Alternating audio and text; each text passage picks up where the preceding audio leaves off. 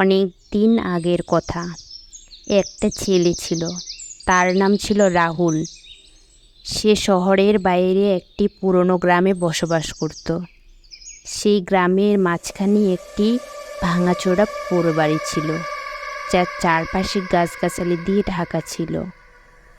স্থানীয় মানুষজন বলতো ওই বাড়িতে একসময় এক পরিবার বাস করত, কিন্তু কোনো এক অজ্ঞাত কারণে সবাই এক রাতে মারা যায়।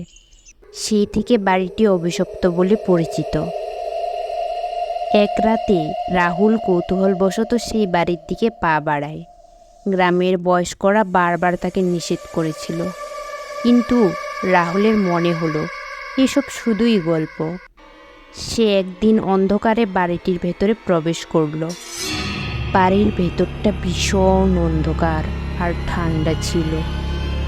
দেয়ালের ফাটল দিয়ে বাতাস ঢুকছিল, আর মাঝে মাঝে শো শো আওয়াজ হচ্ছিল। হঠাৎ করেই রাহুলের মনে হলো কেউ যেন তার পিছনে দাঁড়িয়ে আছে। সে ঘুরে তাকালো, কিন্তু কিছুই দেখতে পেল না।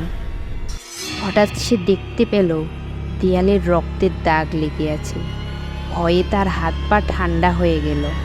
হঠাৎ করেই তার চারপাশে ঠান্ডা বাতাস বইতে লাগলো, আর অদ্ভুত এক গন্ধ আসতে শুরু করলো, যেন পচা মাংসের গন্ধ।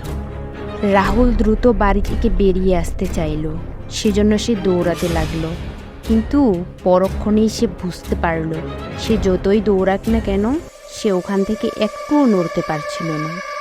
চারপাশে নিকষ কালো অন্ধকার। কিছুক্ষণ পর তার কাঁধে একটি ঠান্ডা হাতের স্পর্শ অনুভব করলো। সে চিৎকার করার চেষ্টা করলো, কিন্তু গলা দিয়ে কোনো শব্দ বেরোলো না।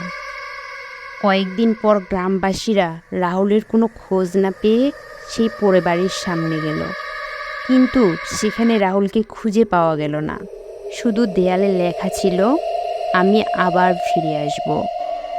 তখন থেকে ওই বাড়ির আশেপাশেও কেউ যায় না। যদি কখনো ওই বাড়ির দিকে কেউ পা বাড়ায়, তাহলে সে আর কখনো ফিরে আসে না।